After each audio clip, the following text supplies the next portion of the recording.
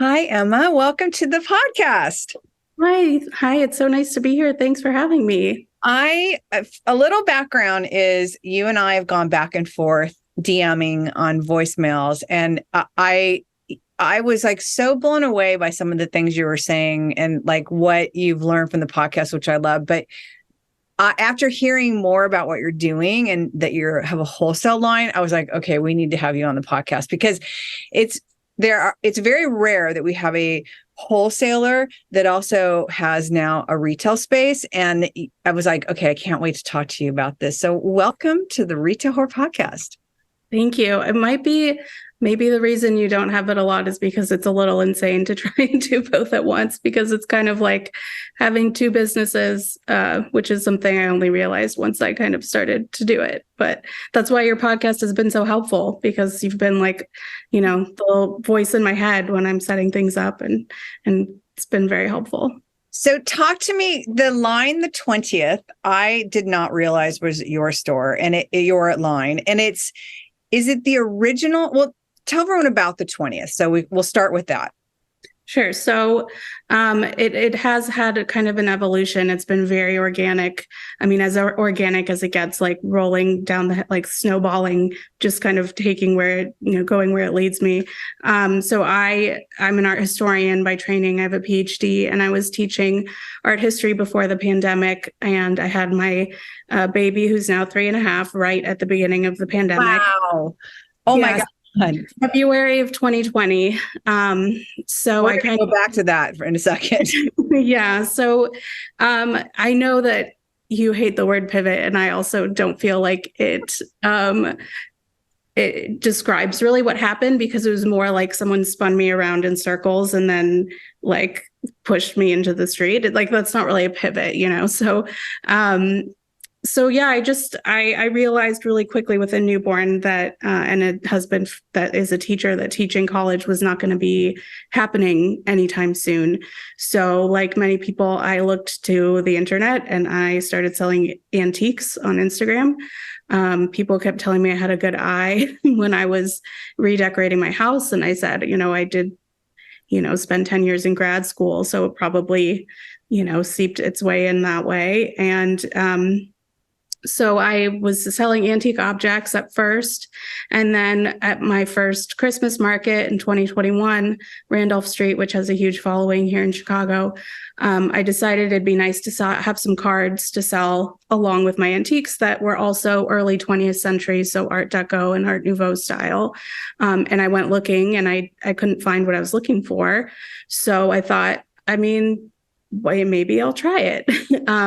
And so I literally Googled, how do you start a stationery line? Oh my God, thank God for Google. And I got this amazing video, and this is just, another plug for someone who I know is in both of our orbits. The first video, it said, you have to, if you want to start a stationery line, you have to start by discovering Stationery HQ. That's the way you do it. And so I started with Stationery HQ, and it took off so fast. It was an experiment. I taught myself Photoshop, and now I have a wholesale line. I didn't know what wholesale was when I started. It's amazing. I didn't know where people bought things. I didn't know what trade shows were until I showed up in New York now in August of last year with about. Oh my God. So you were literally okay, wait, we have to back up for a second. No, there's so much. Of all, you had your baby right at the beginning of the pandemic. So when you went into the hospital, was it the full, like? It was 3 weeks before. So I had a normal birth, but when he was 3 weeks old, Chicago shut down. So we had all these plans in place for when my parents were going to come stay with us. And we don't live in the same city. I'm from California originally. So we had all these plans, help, maternity leave. Everything just went out the window, and we were in isolation. Having a newborn is pretty isolating. Becoming a parent is a pretty big change in terms of your lifestyle, but having that on top of the pandemic was very challenging. So it's like, honestly, a huge part of my brand is rooted in that experience, the over-the-top affirmations, the swearing that ranges from subtle to not so subtle, as a source of empowerment and affirmation and kind of emphasis rather than vulgarity, I like to say. It comes out of that need to, send a card to my mom friends. We had this text chain. We're all new moms in the pandemic. Can't go to the doctor. Imagine. Yeah, so that it's all very much, this, I'm not a salesperson. I have no background in retail. I have no background in merchandising, nothing at all. And honestly, the reason why I think my brand, I've been able to become a wholesaler and, expand in this way is because my story is just the truth. And it's just all I have to tell people is what I went through. Okay, so I'm like so blown away right now.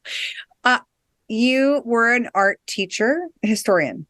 Yeah, I taught art history at a college, a liberal arts college in the Chicago area. That was like one of my favorite classes was art history. I will say that. So you when you started, did you, and you're obviously because I'm looking in the back of you, for those of you who are looking at YouTube, there's a lot of Art Deco prints behind you. So is your line, the 20th, is it, they are archival prints, but are they cards? Are they stationery? Are they, what are they?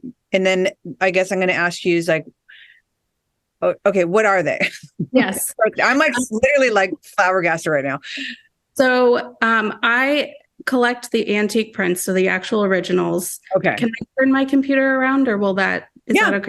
Okay, so I can actually show you because on one side of my store, I have. So you have the originals. So these are the originals on the wall. So beautiful. I've seen that on Instagram. I have these print bins that people browse, and it says, browse like you would records. They are all the antique prints originals. Most of them are 100 years old or older.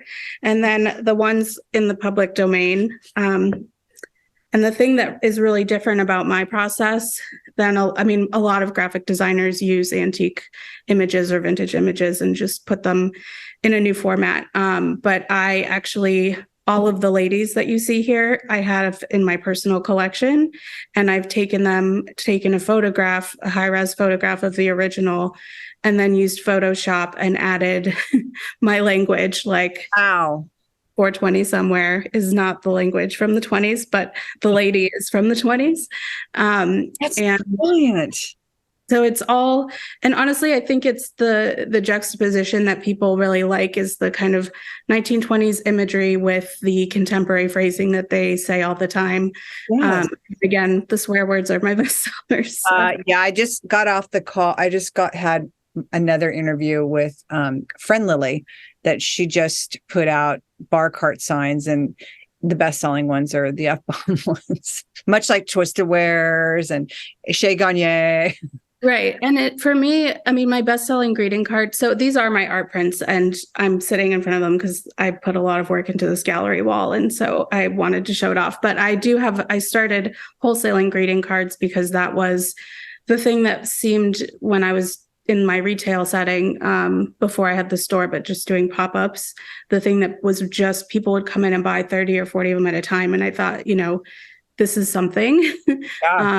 So the prints are my bread and butter for my retail business. They allowed me to open this store. Like financially, they supported my trade shows.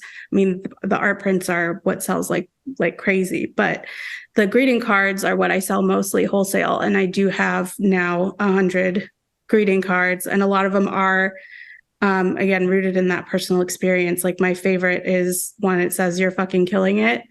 And it's a lady with a giant quill skewering a cockroach. Actually, you can see her up here. She's in the very top corner. That's my art print of it. Says "Smash the Patriarchy." But the greeting card says "You're fucking killing it." And that was for, again, my mom friends, that was inspired by when you just need a pick me up. It can be a specific occasion, like, a promotion or graduation, or it could be just someone needs to know that, they're feeling down and they need to know that they're killing it.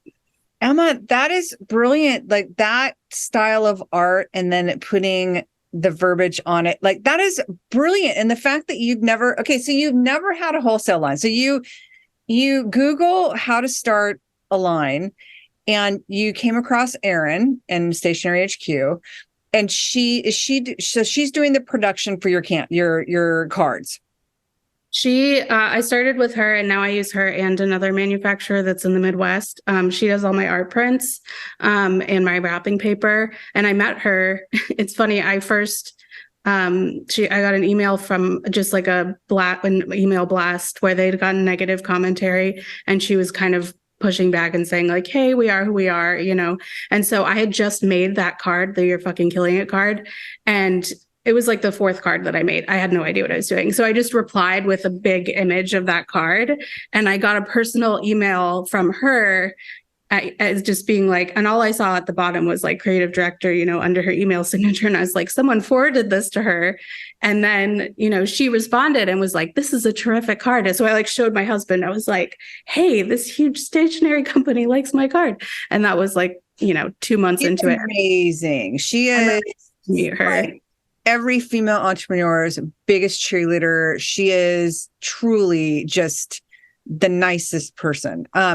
So yeah. You start this line and you've never done retail, you've never done wholesale, and you start a wholesale line right during the middle of the pandemic. I've talked to a couple people that have never shown at a show and end up at New York Now, which is mind blowing because New York Now is no joke when it comes to like doing a show. So how did you make the decision, like what show to go to? So I didn't even really know what a trade show was when I decided to go. That's even more mind blowing. Yeah. I started, again, it was all so organic. I just in Chicago's very seasonal. So, you know, in April, I did maybe my second or third market and I just signed up for whatever market there was. This one was more of an artist focused market. I also do vintage ones when I bring my antique prints. So I'd done a handful of these and I just saw, I also have I started out with a space in one of these kind of artist collectives that you've had a number of retailers on the show doing this. This one's called the Andersonville Galleria. So it's in my neighborhood. So I had seen a little bit, my greeting cards and my art prints are just blowing up and I was selling out and people wanted more and I was using Instagram. So I said, okay, and this is literally me describing wholesale to myself without knowing what it was. I thought, if people in Chicago really, really like this, there've got to be more people in other cities that are like these people buying it. How do I get it in front of those people? And somebody said to me, you should reach out to the Driehaus Museum. This card set, the first card set I ever made, is Art Nouveau style, and they would really like it. And so I cold emailed them. And I didn't say, I had no idea what I was asking them. I just said, do you like this? Do you want to sell it in your store? And so that was how I started my wholesale line. And they said yes. And I did a custom project for them. And they're still one of my, best museum customers. But I ended up at New York Now because I just saw somebody on Instagram at SF Now. I had just missed it. And I'm from San Francisco. So I just signed up for the stationery incubator is what they were calling it last year. So I had one tiny wall in the back of the Javits Center facing the wall. Oh. And I showed up 3 days early to hang, my one decal on the wall with my 12 cards. And they hadn't even put up the wall yet. And I mean, if you can probably picture just, wandering into the Javits with all of the forklifts and the labor guys and like everybody on, and I just being like, there's no wall. What? There's no wall here. Oh my God. I can't even imagine. Did anyone tell you like you can't physically hang something on the walls? You have to have a union guy. Yeah, I'm kind of a rule follower. So I read all of the rules and then really quickly realized that, somebody who's paying like a quarter of the price for a tiny sliver of a wall facing the back, like maybe it wasn't really the same, same playing field as the other booths I was seeing. But I will say some of my most loyal repeat wholesale clients I met from that first show. And I just had my boss lady, I call her my boss lady because she was on my first best-selling greeting card that just says, you're a boss bitch. And it's this lady like has the energy. And then I upgraded her actually. And I wasn't sure how people were going to handle it, but she quickly became a bestseller. It says, my God. And find out. So this is my boss lady. This is her. So she's like, you can, she's got the energy. So I just did a life-size decal of her. And I couldn't even reach because it was actually a 10-foot wall instead of an 8-foot wall. But that's day one of that show. Sarah Schwartz found me. And, ever since then, she's just been such an amazing advocate for me in my line. That's where I've learned about the GCA, the Greeting Card Association. I just still have a lot of customers from that time when I came to the now with 12 cards. Truly, Emma, like your story is like blowing me out of the water because, to go from one profession to another is like, I understand if you go to wholesale and you open a retail store or vice versa, but to go from education to the wholesale market landscape is not an easy jump. And then, thank God for Google. Geez. I always think like, okay, you show like how many styles of cards was in your line, your first show? 15 tops. 15 cards. Damn. And I still made sales, and I can't believe it because I did do paper camp actually this year. And I'd already done 3 trade shows at that point. And so I wanted to do it for different purposes because I'm not as good with the marketing stuff. And I just honestly don't have time for the marketing stuff. So I really needed help with that. And I realized how unprepared I was when I showed up. But at the same time, my attitude has always been, and I think this is part of what people pick up on at trade shows when I am actually selling my line. My attitude is, I came from academia. Like the amount of imposter syndrome and negativity and just the world that I came from for the last 10 years to this world of affirmation and people telling me every day how much they love my stuff and people walking up to my card wall at New York Now and just cracking up at my silly, sarcastic sense of humor that I had no idea people would think was funny. I would just have this attitude of like, I'm so happy to be here. This is so much fun. It would be really hard to make me feel bad, like about, every trade show, even if it's slow, even if I have a bad day, even if some people say like, oh, I could never put this in my store. It's still nothing compared to like having having a baby in the pandemic, running 2 businesses without childcare, getting a PhD in general, getting a PhD and then finding out the entire, collegiate system is about to change again. This is so much fun. And it's really the way that you're putting it right now. I want to tell you the second part of what I did with finding Erin was how I found you, because I said, okay, it's time to open a store. Nobody wrote books on this. I went looking for the books and there aren't any books. There's like 2 of them. Honestly, they're pretty sexist and dated. So Matt from there's a showroom called Fine Lines and there are retail podcasts out there. But as Matt says, a lot of them are the old white men. They're the CEOs and people who are like, let me tell you about my life. And I literally typed retail into podcast searches. I was like, someone's got to make a podcast about this. So first I found Crystal and I listened to her episodes and I listened to your episode with her. And then I found yours and I was like, oh, great. There's a lot here. I can actually learn, Crystal's was super helpful, but she's pretty new. And so I started with your merchandising ones. And that's how I found you. I typed retail into the podcast search because there weren't any books. And then once I listened to all of your episodes and all these conversations, it kind of made a lot of sense to me why there weren't any books and that, the real conversations are happening more like this, which is fantastic. Somebody told me you should create merchandising for dummies. Yeah. Yeah, it's funny. Like I think that when this started, I never really, it was never supposed to be quote educational, and it's been called that a couple times. And I think my own issues, because I didn't go to school and I didn't graduate from high school. Like I quit, I moved to Japan. Like when I came back, I was like, please, I'm not going back to high school. Like I've been in Japan. Like it was obnoxious. But because of that, I've had my own imposter syndrome of like, educational. No, it's like I'm dropping F-bombs and it's named the retail whore. But it is really like when you DM'd me and you talked about opening the store, it's and some of the things that you were putting into play, like it was the biggest sense of pride that I'm definitely not used to it, and it's so amazing to see. And when I really think about it, there isn't an education. I mean, there's if you go to school to be a merchandiser, it's FITM or whatever.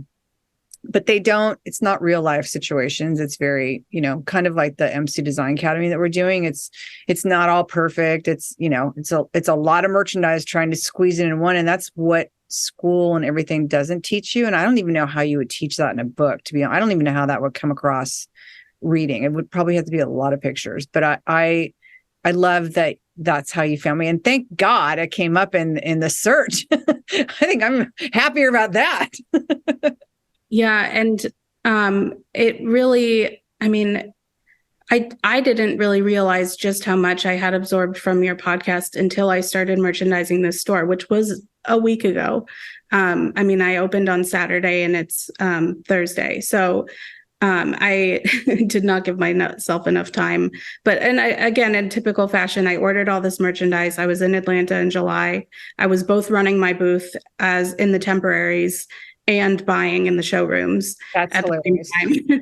And so I ordered all this merchandise, but had no idea. It was all abstract. I had no idea what 12 of something looked like in physical space. I hadn't put the furniture in my store. I just had no concept of how much is it going to fill the space? Is it going to be too much? Did I buy enough for a year, or am I going to sell out in 2 weeks? I just have no idea until I get it all out of the box. And so, I mean, that's, again, typical of how this business has gone. It was, I was laying stuff out on the table, and I would remember you saying, it will be an emphasis if you put these like things together. And then I've just gone so hardcore on the cross merchandising.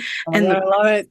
The antiquing is what I love. So I have an antique copper kettle, and I have 2 different scales. One is more of like a rustic scale, and one is this gorgeous French brass scale, all of this stuff that came directly from your podcast. And I've kind of just put so much of it into practice in my store already.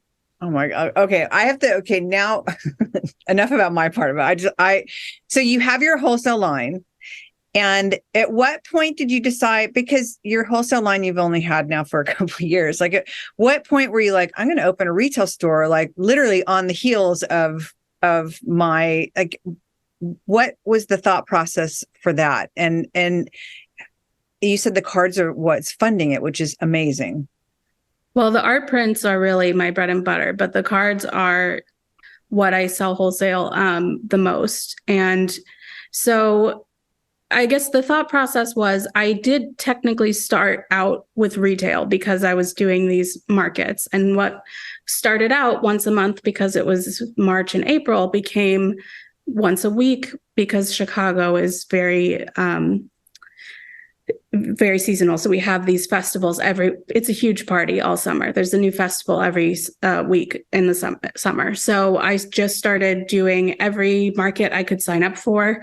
And as soon as I put these art prints out, and I have kind of a display that shows, 9 or 12 of them at a time, unframed. And then I also have them framed. And then I have in my tent a bunch of other parts of my line. And so I did start out in retail, and then it was a couple months where I started going with wholesale. But there was a pretty big lag between when I did my first show, New York Now, a year ago in the summer.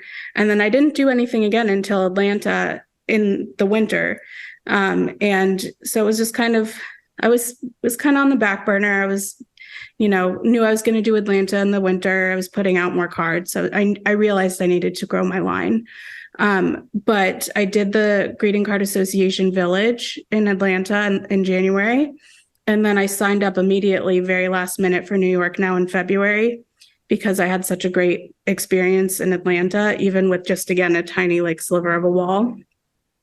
And so because it's so slow in Chicago in the winter, I did paper camp. I was like, I'm going to put everything into wholesale for these few months where it's slow.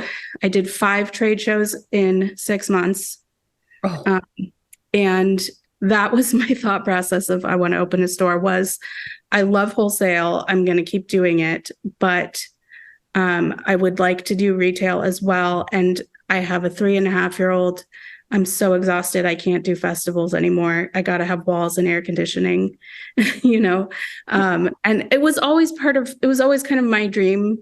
But I realized my body was basically saying like, hey, 5 trade shows and 2 to 3 festivals every weekend is just. God, yeah. Like I don't even know how you have a life, let alone a small child. Like I don't know how you do. I mean, I can't even imagine what sitting at a dinner table like is, if you even have time to sit at a dinner table, of like being so exhausted. I really didn't. And so it was really necessity of where I'm still enjoy pop-ups, because there's a whole part of the retail business that involves the antique prints, getting people into collecting, preserving these pieces of ephemera, paper is falling, more and more by the wayside. And so I'm really trying to get a new, younger generation of people into collecting and showing them that they can own something that's 100 years old, and that, kind of taking it out of the white walls of the gallery space. And for me, that includes being in the street, at street festivals.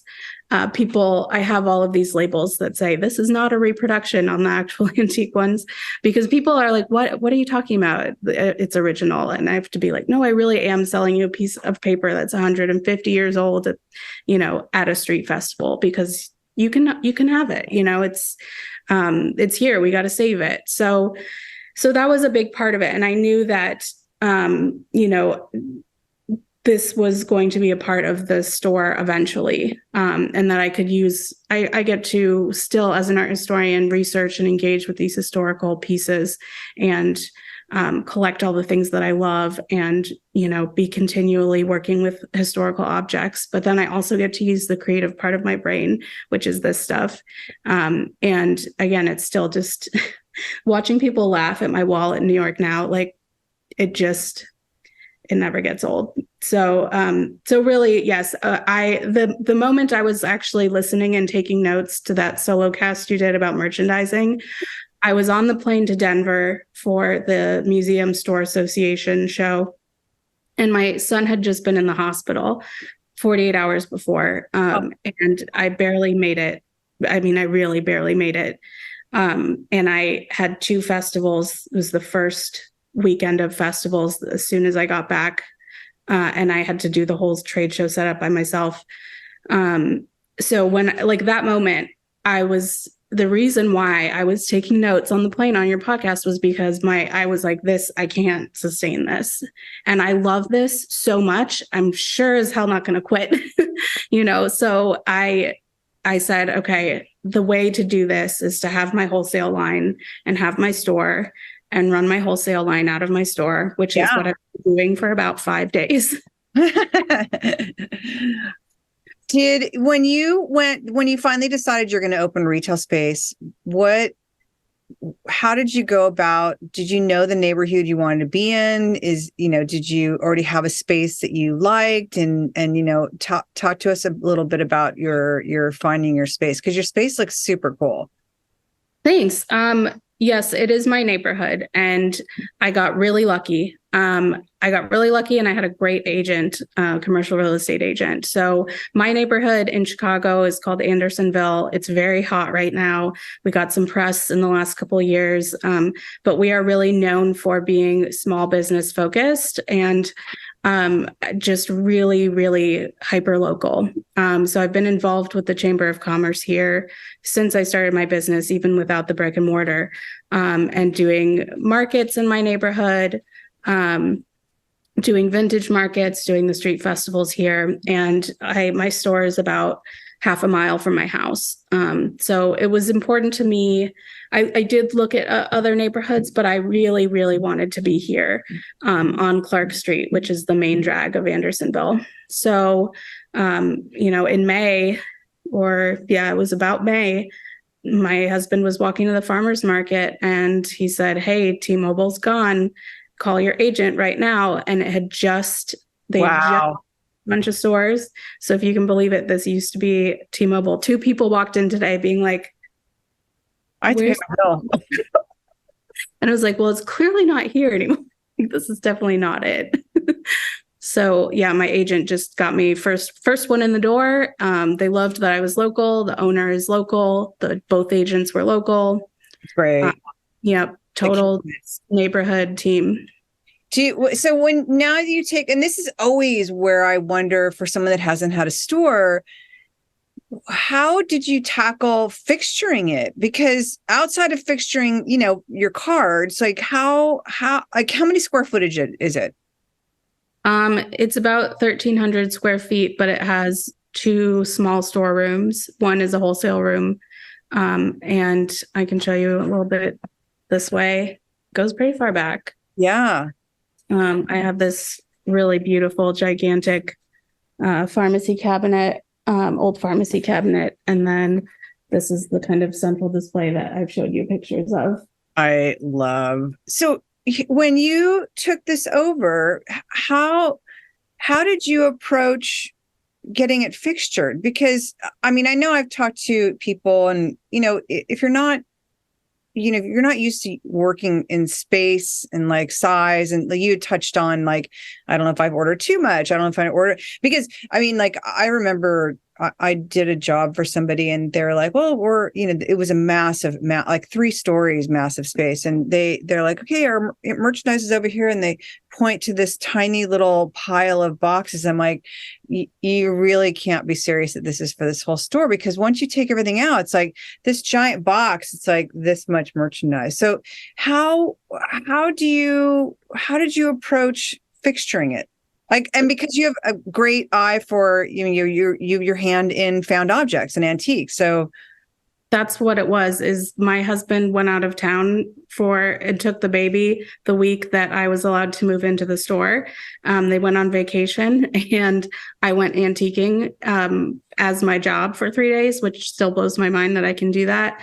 I went to my local, hunting spots, and I found every side table and small table. And, I have this vintage steamer trunk that I'm using here. Yeah. This tiered oak table. And then I have a bench. Look at all that architecture.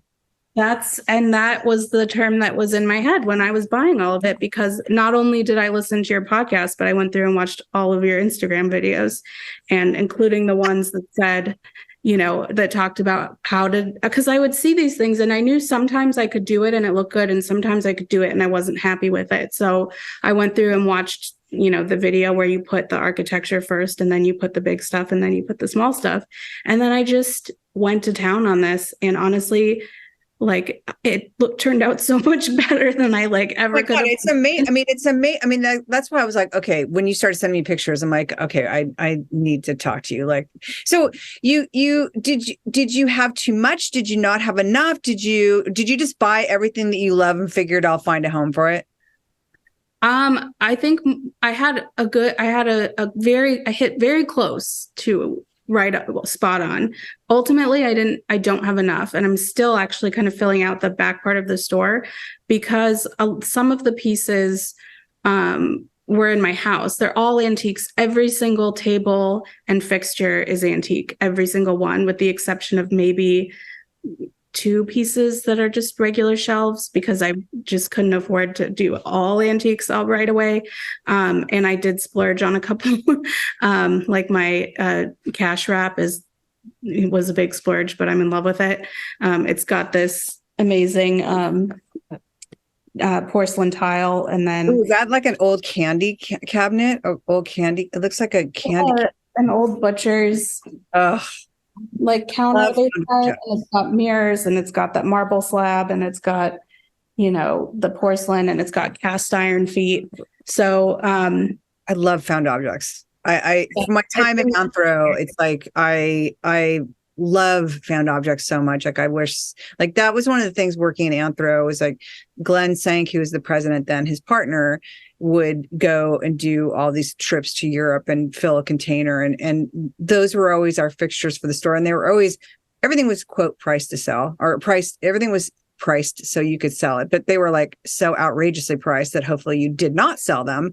But like that pharmacy counter, like that found from pharmacy cabinet is like stuff like that. It's like I just am so in love with, because they have so much character, and it's, you know, there's so much fucking IKEA around that it's like so beautiful to see found object, and the fact that you kept within the genre of your product. I mean, that's, talk about cohesiveness and storytelling. Like you started it from the ground up at the way it should have been, and it reads so well like that. So now I have to ask you, now that you have your fixture, when you were doing the buying, because again, you haven't bought before, you like when you because you have a lot of prints like the butterfly plates that you just showed a couple seconds ago. Obviously they're historical art or archive looking art. So when you went out to do the buying, you know, I always say like new buyers, like a lot of times, you know, someone decides they're opening a store and they just hit the market and they buy everything they love. And it's like that it all gets back to the store and there's no cohesiveness. There's no, how did you attack the buying? Well, honestly, I didn't realize how much I learned, even though I'm still relatively new to wholesaling. I didn't realize how much I learned about buying by selling until I was buying, because, you know, even if it was just a little bit more experience, I mean, I have a number of buyers, or I'm sorry, of people who bought from me, who bought my line when they were first opening their store. And so I've had conversations with people, you know, when they were going through that process. But I realized that by having this kind of language, at least a little bit already, and knowing how to do trade shows and knowing what you could find in the temporaries. And I'm so glad you always say that you can go find hidden gems, because, you know, for me, for now, I'm always going to be in the temporaries. So please come look.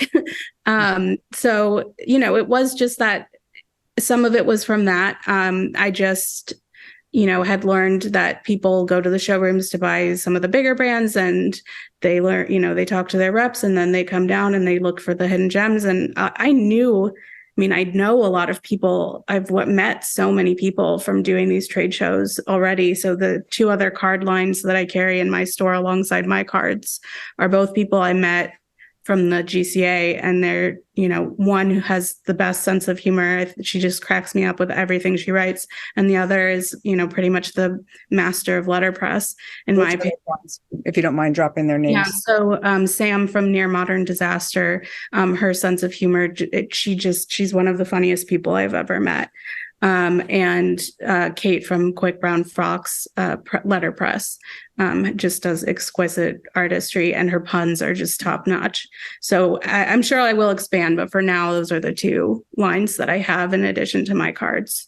So for the buying, it was also a little bit of an experiment. And I did do a lot of it while I was, you know, also selling in Atlanta. I at least knew that I was planning on being there to sell. And so I could make it a buying trip as well. And the space ended up, like you said, holding more than once I got everything out of the boxes. So I am actually bringing in two pretty large fixtures on Sunday, because I realized I can expand my stationery section, which is great news because I have lots of stationery.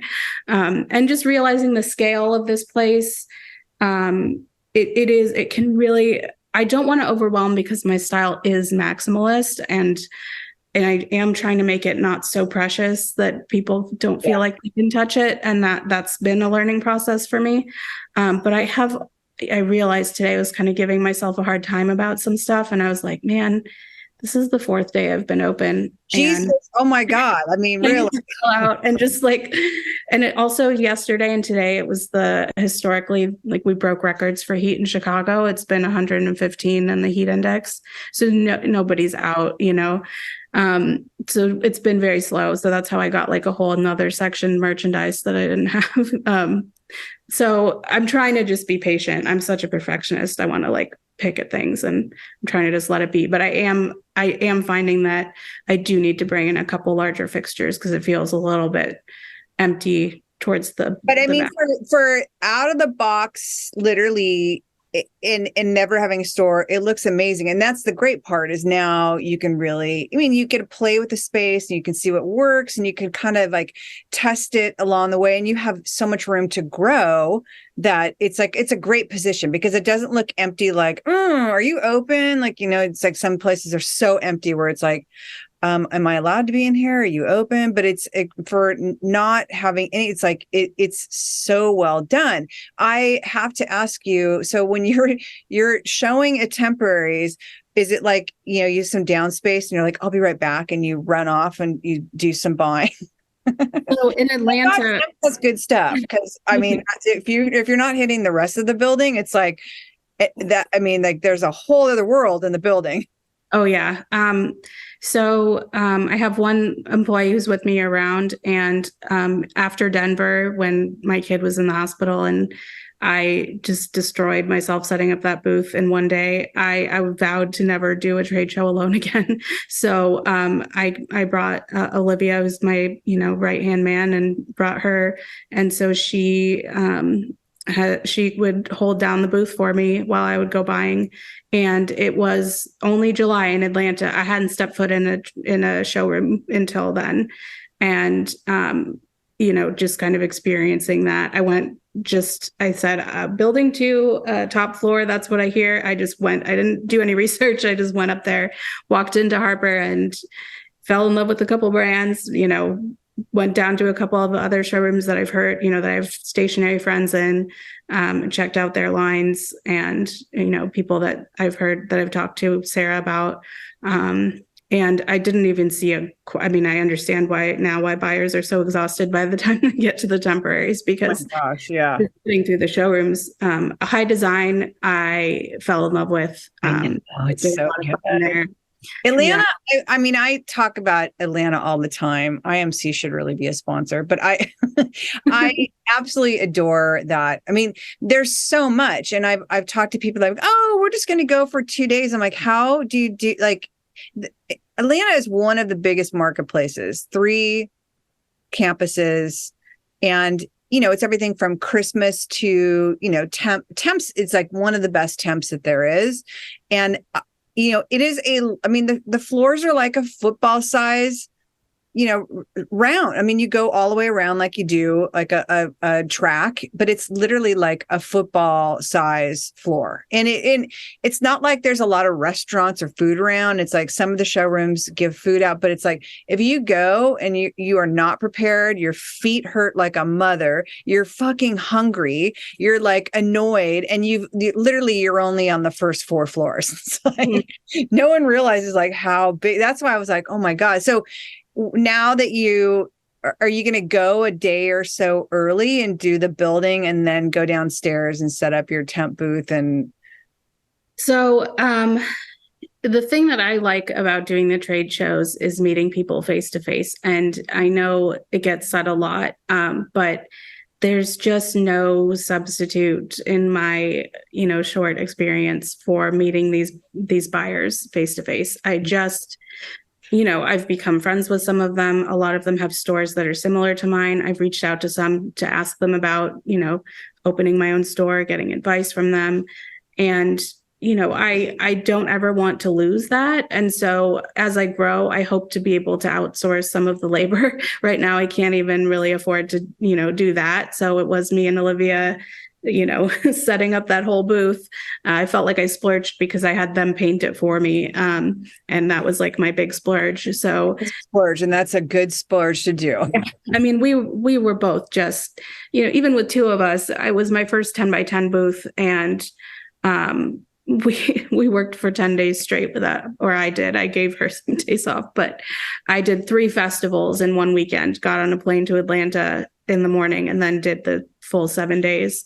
So I really don't know how you're doing that. I really didn't. I mean, I'm not going to anymore, but I'm going to get better. That's what the store is for, is to give me some regular hours. And so that will be better. But yes, I hope to, get to know my reps. I'm still learning how to reach out to them and reorder. And, I'm still so new, learning who else, on the stretch of Clark Street that I'm on, who has what. And so it is still a learning process for me, but I plan on doing Atlanta and New York as in the temporaries as for my wholesale line in the winter.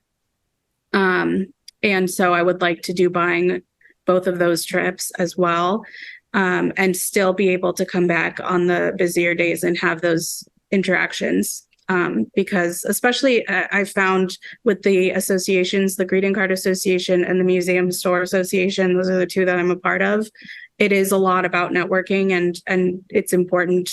And I like it. I've just met so many great people. And being out in the world and meeting people after being as isolated as I was at the beginning of this is just, and just meeting people like Sarah and Amy from New York Now, and, other members of the GCA who get so enthusiastic, and Hallie, who is one of my reps in California. Yeah. Love Hallie. At Noted in San Francisco, and, brought me to Catherine, and, just that kind of feedback and enthusiasm. There's no way that I could do any of this if I weren't being fed by that energy. It's just the energy that I'm getting, and I'm putting it back into it. It's all of those people that keep me going to say, this is worth it, get through the setup, and you're going to have this store, and you can sit behind the counter and, not be in the sweltering heat. Our air conditioning works great, and I'm very happy for it. So yeah, it's a lot, but it's going to get better. I just love that you're like, the whole experience is so positive, and everything from, going to the show and being, because I think so many of us have been in retail for so long that it's like, we're a little bit jaded. It's like, we all love the show, but it's like, we're tired, but it's like to hear this fresh breath of fresh air that's so like, it's also new, and it's so exciting. And it's, it's what I think all of us have always loved about the industry. Like, hearing you talk about it is, I know for me, it's like, oh, it's like you have that, just like that fresh, naive, like we're all of us, been in it forever, and we're all jaded, but it's like, it's so beautiful to hear. And it's like, I love that you're just kind of like, I always call it ignorance is bliss. Like, when I started the podcast, like, I'm going to start a podcast. Like, I have no idea what I'm doing. Like, I have very smart people that work behind and do all the parts that I don't know how to do. And, but it's like, I kind of feel like ignorance is bliss is, to be honest, like, I feel like the best way to go into things, because you don't have a preconceived notion. You don't, you're not going to set yourself up for being, disappointed. It's just like, hey, I'm just going to do it. And you end up having such a better attitude for something like this than I think a lot of people. Again, like, I think a lot of us, like, we all love what we do, but I think all of us have been in it for so long that it's like, oh my God, like, I mean, you'll get there, but it's well, and I was there with my previous life. I was there with academia, and if I hadn't already kind of been there, maybe if it hadn't been for the pandemic, I probably would have gotten there eventually, but the pandemic just pushed me over the cliff way faster. Of like the newborn and the pandemic, I just said, that's it. This is not working, So, part of why I'm so ecstatic right now is because I'm finding this fulfillment in ways that I wasn't before. And honestly, a huge part of my brand, of what I still put into my cards, especially the cards, because it's such a personal thing when somebody gives a card, to be a part of that experience, to have a customer select your work, to send a personal message when it's often their friends, their parents, their children, sometimes it's their coworkers, but to be a part of that exchange. And I get to see that on the retail end when they buy directly from me, but also next level, when a business trusts you. And now I understand, as business owner myself, when they buy from you, they are putting some kind of trust in you, like that this is going to have that effect with their customers. They haven't seen yet what I've seen when I've sold to my customers. And so that kind of the personal element of it, I wasn't a stationery person. I wasn't a greeting card person. That's not why I started doing this. For me, it was the message that got me hooked. That's what was important. And I found that the greeting cards, in terms of wholesale, were the way that the market will let me kind of have that experience. So, I think and there's certainly days when I'm jaded, and there's certainly days where I work myself into the ground, and there's just I've exhausted myself to the point of, it's too much. But ultimately, when I remember the thank you card I made, that is kind of a literalization of the text chain between me and my new mom friends. And it's these three women, and they're all holding hands, pulling each other up this rock kind of at the beach. And when I tell people that story at the shows, and I say, like, this is a thank you card, but this is from my experience as a new mom in the pandemic, that part of it is what always brings me back to it. That and the love of the antiques, and getting to get people into collecting and bringing that world to people, and knowing that I'm saving these pieces of history. Those are the two components that, really have driven me to do so much in such a short period of time. Because even on my day off, I finally had one day off because the stores closed on Tuesdays. And I say, I have to give myself a day off. Right. So I was, the fun thing I wanted to do was like, hey, I can actually sit down and design some new cards. That's the fun part. So I still am very excited about it. Because now you have your wholesale line, now you have a retail store, and your wholesale line, because you are curating it from your art, how are you able, where now does it come and fit in where you are going and sourcing new prints? Because, you're obviously going to have a capping point of how much art you have and how many different ways. So obviously you have to keep going. So what does that look like? Where does that fit in? So, I am a collector myself. So, the magazine, where I've basically built an archive, is what I have. I have thousands of images. Wow.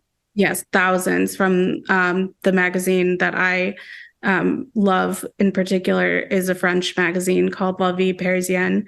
And I collect it from 1910 to 1930. And so the original magazines. Mm-hmm. And those are the ones I showed you on the wall that are framed. Those are the originals. And so the ladies come from there. And I, worked with a public domain lawyer, or a copyright lawyer, I guess, very early on, to make sure that I was going to do everything above board and not have any issues down the line. Yeah. And so I know when the cutoff is, and, and try and be very responsible about all aspects of it, including taking my own photographs. So the fact that I have the originals and take my own photographs of them and then use that. So in terms of inventory, I like people to have the experience of browsing. So I like to have hundreds of them out in those bins, even if people are only going to buy one or two at a time, so that they can have the experience. And for some reason, it's like records are the thing that people understand that experience with. So that's why I have it on my sign. That's really smart. It's just, it comes from the street festivals. It's just so funny because people kept, when we were opening the store, they're like, oh, this is going to be so much work. And this is going to be so much work. And it's like, I know running a store is like setting up a store is a lot of work, but have you ever worked a Chicago street festival? Like, we're open from noon until 10 p.m. And that's just the open hours. That doesn't include setup, you know. Yeah. It doesn't include takedown, and you got to be able to carry everything that you sell. So, you know, I took a lot of what I learned from doing a market, sometimes 3 at a time, every weekend for the entire summer. And again, had this experience that I realized I learned way more than I realized having that experience. And it wasn't until I put it into practice. So I'm going to keep collecting, and I might sell less in terms of volume at a time just because of the street festivals, thousands of people come through. But I do always want to have that space that's dedicated to, you know, being able to discover something and knowing that it's very unlikely anyone else has this one thing. And always looking for something new. It's not just, you know, botanicals and, you know, stuff that you see around a lot, although I do try and have something for everyone. I really like to find things that I'm not going to find again. And once I sell them, they're gone, and that's it. And I can maybe be sad about some of them, but I look at the bottom of the pile of books at an antique bookstore covered in dust. You know, I look for things and open it up and say, hey, this, you know, is not going to last much longer in this binding, and I've never seen anything like it. And those are the pieces that when I put out, I see people respond to in my antique prints. So I'm definitely not going to run out anytime soon because I do have this archive. And sometimes I will find an image and kind of put it aside and say, this is a really good one, and I know the words are going to come for it. And I put it kind of just in the back of my brain. And when the inspiration comes, I know, and I go, that's the image for it, you know. Like I had these 2 really cool ladies that had this hat, and actually, I think I have one out. I had this image, and they're so cool. I was just waiting for the right time to make it a greeting card. And then I knew the second I came up with this idea for my generational greeting card series. So it says Gen X doing shit before it was cool since the 1980s. Thank you.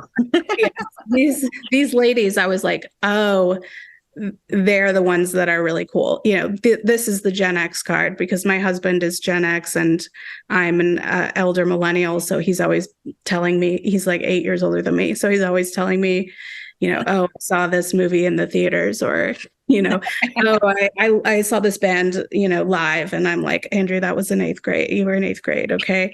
And we're not that far apart. So that's where the inspiration, I have one for each generation in that line. So anyway, I will sometimes sit on them and wait. And then sometimes I see a lady and I'm just like, oh, well, she's boss bitch. I mean, I love like it's such a perfect marriage of new and found. I mean, I grew up, my mom refinished antiques, so I grew up with like whatever you strip antiques with, and her always in the garage, and you know, like all these details. And I guess that's where my love of found objects comes from. I don't like the early American antiques, like the way what she did, but I love European antiques. And I you know, one of my clients, Lit Concept, his father was Mitchell Litt. They would go to Europe and like buy a whole chateau and take everything from the columns down to the mantles and the artwork and the archives of their building.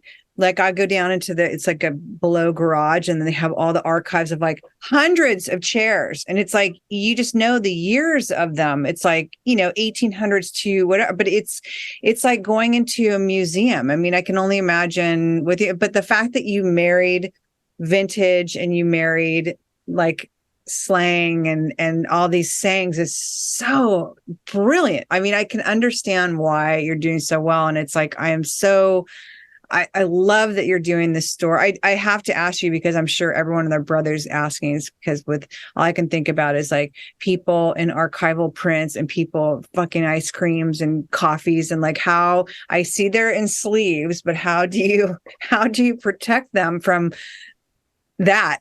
Yeah, it's surprising. Once I get them on the mat board and in the plastic sleeve, I've been taking them out into street festivals. And once they're in I use very high quality archival materials, and the sleeves protect them. And I'm very careful. I don't take them out when I'm outside very often. Sometimes I'll take it out to show someone what's on the back of it, especially after they buy it, to say like, hey, do you want to see the advertisements on the back of this?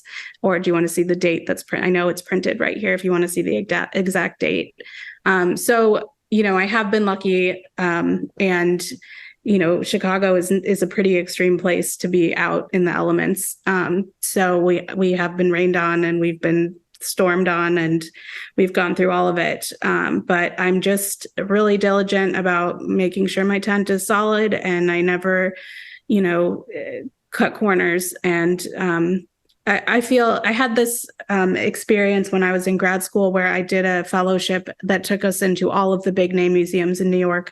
We got to go, it was like a big foundation that sponsored it. And it was a, very kind of highbrow academic experience. And we were supposed to just go into the Met with, we just went in, and there we were in the conservation room. And wow, this conservator pulled out a piece of ephemera. It wasn't even a valuable artist or a piece of art from a famous artist. It was just a piece of ephemera, and she held it up, and it was this little book, and she basically said, you can't open it further than this because the binding can't handle it.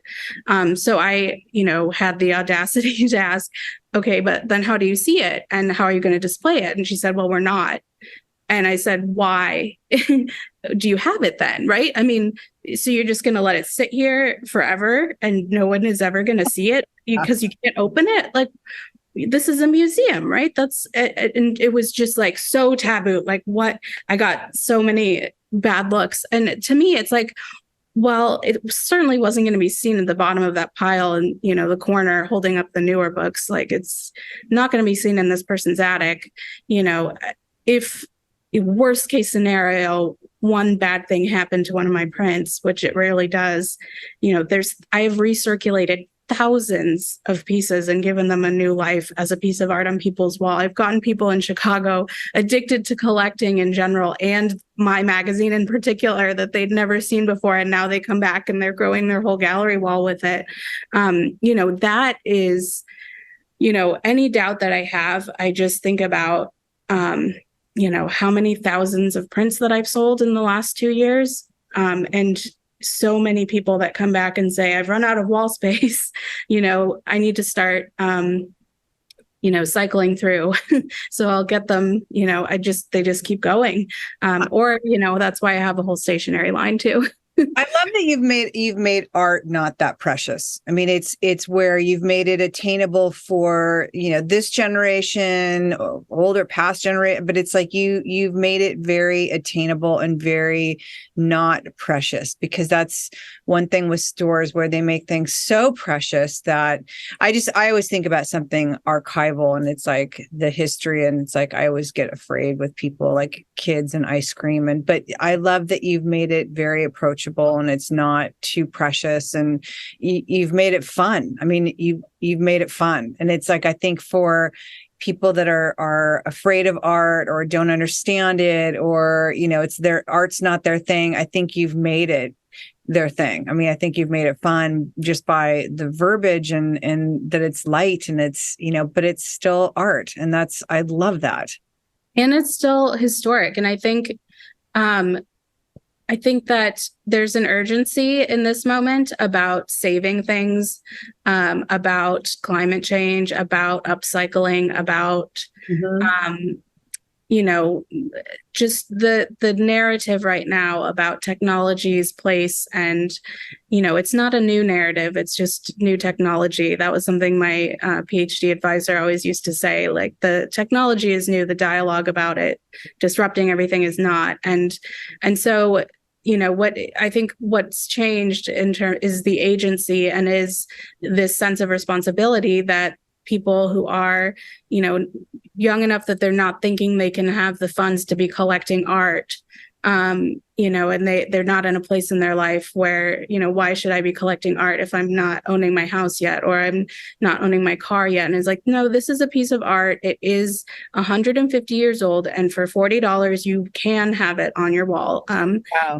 Not only can you, but you should, because otherwise nobody else is. This is something that you're doing for yourself, but it's something that you're doing for, the preservation of history as well. And it's part of this larger movement of upcycling. And so I think that's a lot of what gets people into it as well. And always just having something new is the fact that there are only a few things that I will continue to collect. Even after I've sold out, I'll look for another version of it or another edition of it because I love it so much. But for the most part, people will come back and say, oh, I bought this thing from you. It was only 4 weeks ago. It was at this festival. And I say, sorry, it's gone and I'm not going to find another one.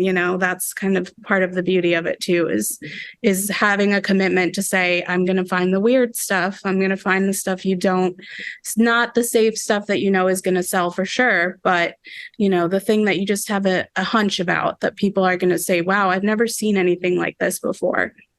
It's one of those, like the what is it called? John Darien does it very well. It's kind of like the cabinet of curiosities, and I love also that where yours, since they are original, a lot of them, is that there's a element of scarcity to it. That I don't know if you can hear my dog. It's like all I can hear is Peanut just like going off, and I have no idea why. So I apologize. Okay, not at all. All I can hear is the air conditioning because it is very warm here. It's so hot there right now.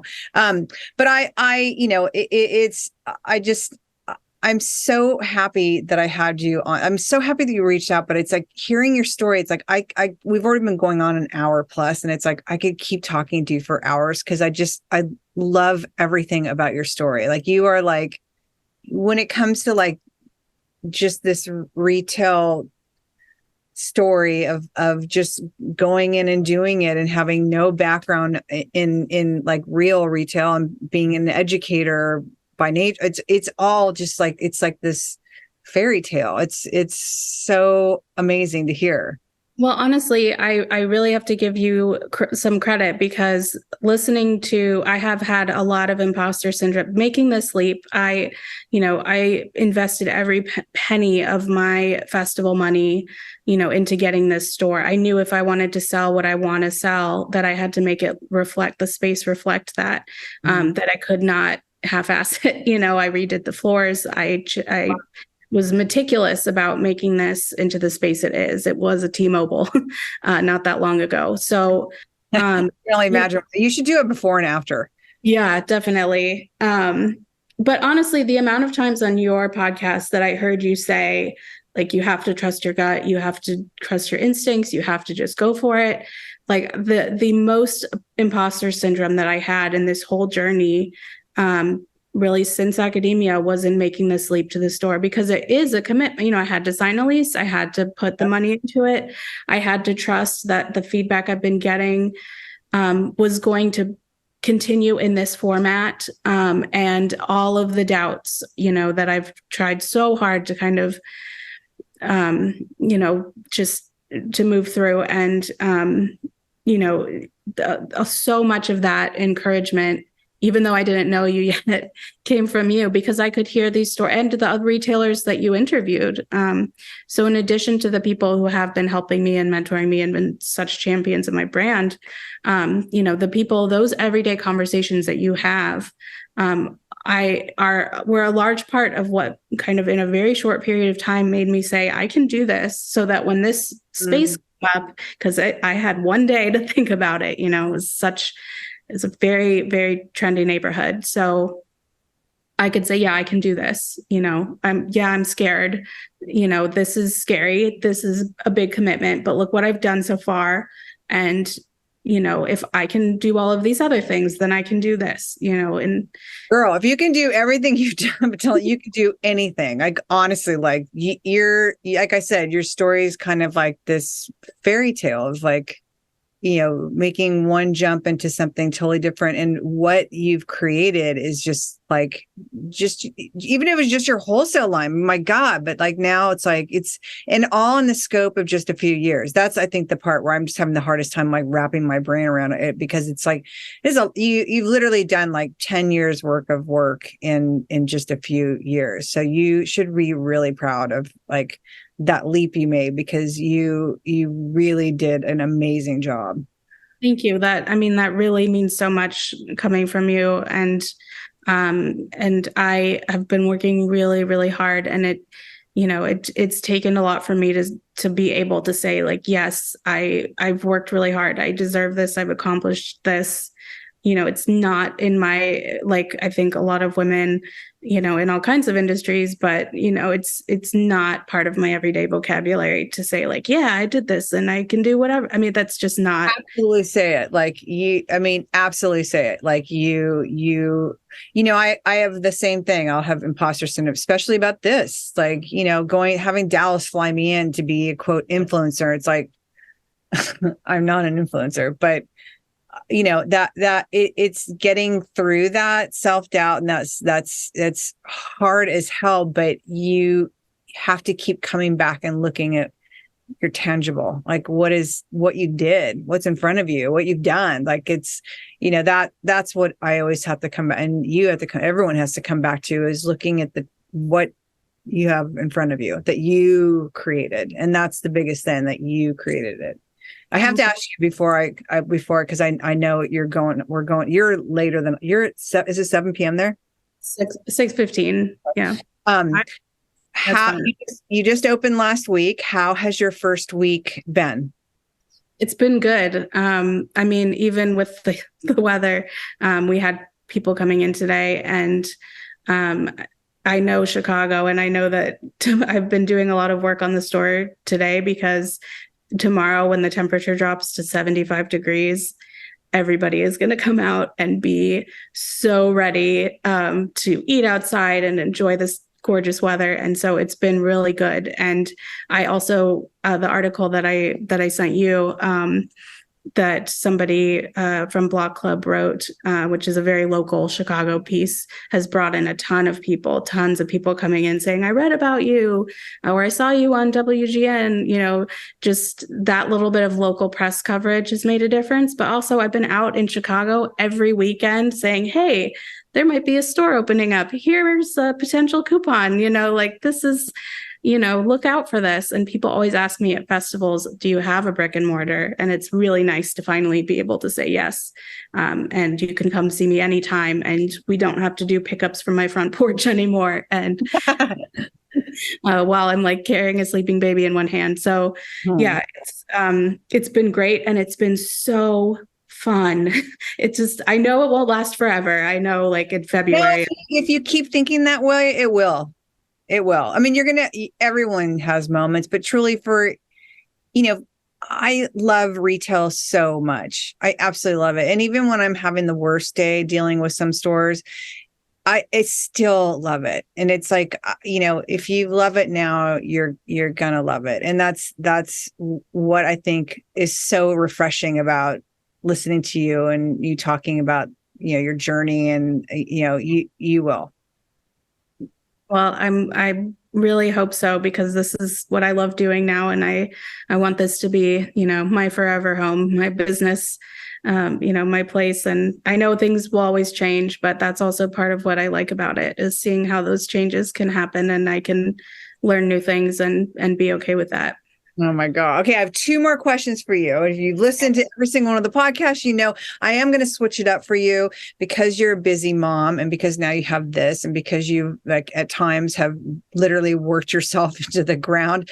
What do you do to find balance, and how do you relax? What does coming down look like for you? I mean, I haven't, honestly, until now. The store is supposed to be that. I think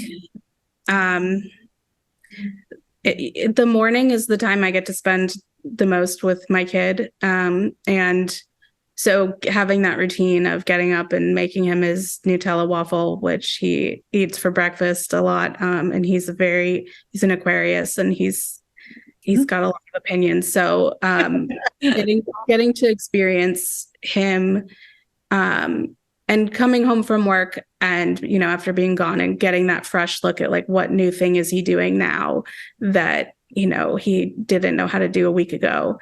That's a large part of it. But honestly, I haven't. I mean, if you ask anyone that knows me, whether it's a friend or coworker, someone who works for me or who I've worked with, or they're always like, how are you adding this on? How are you doing?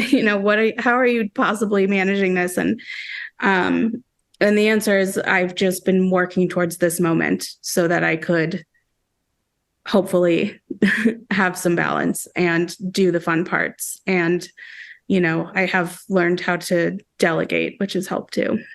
Ah, good girl. My last question is, what piece of advice would you give somebody that has a wholesale business now and is thinking about doing retail?